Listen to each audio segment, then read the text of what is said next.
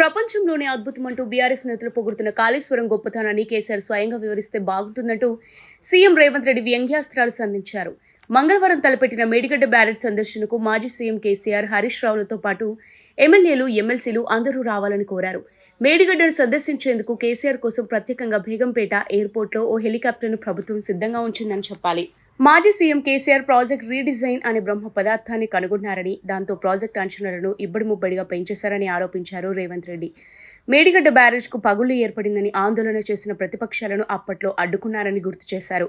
భారీగా పోలీసులను మోహరించి బ్యారేజ్ పైకి ఎవరూ పోకుండా అడ్డుకున్నారని, మేడిగడ్డ బ్యారేజ్ ఫెయిల్యూర్ను గత ప్రభుత్వం దాచిందన్నారు. మాజీ మంత్రి ప్రశాంత్ రెడ్డి మరో అడుగు ముందుకేసి బ్యారేజీని బాంబులు పెట్టి పేల్చేశారంటూ పోలీసులకు ఫిర్యాదు చేశారని గుర్తు చేశారు. బాంబులు పెట్టి పేలిస్తే శకలాలు గాల్లోకి లేస్తాయని, భూమిలోకి కుంగదని సీఎం రేవంత్ రెడ్డి సెటైర్లు వేశారు. మేడిగడ్డ బ్యారేజీని బాంబులతో పేల్చేస్తారా లేదా బ్యారేజీని ఇసుకలో పేకమేడలా కడతారా అనేది అక్కడికి వెళ్లి చూడటానికే ప్రభుత్వం ఈ టూర్ ఏర్పాటు చేసిందన్నారు రేవంత్ రెడ్డి. అన్ని పార్టీల ఎమ్మెల్యేలు, ఎమ్మెల్సీలు మేడిగడ్డ సందర్శనకు రావాలని సీఎం ఆహ్వానించారు.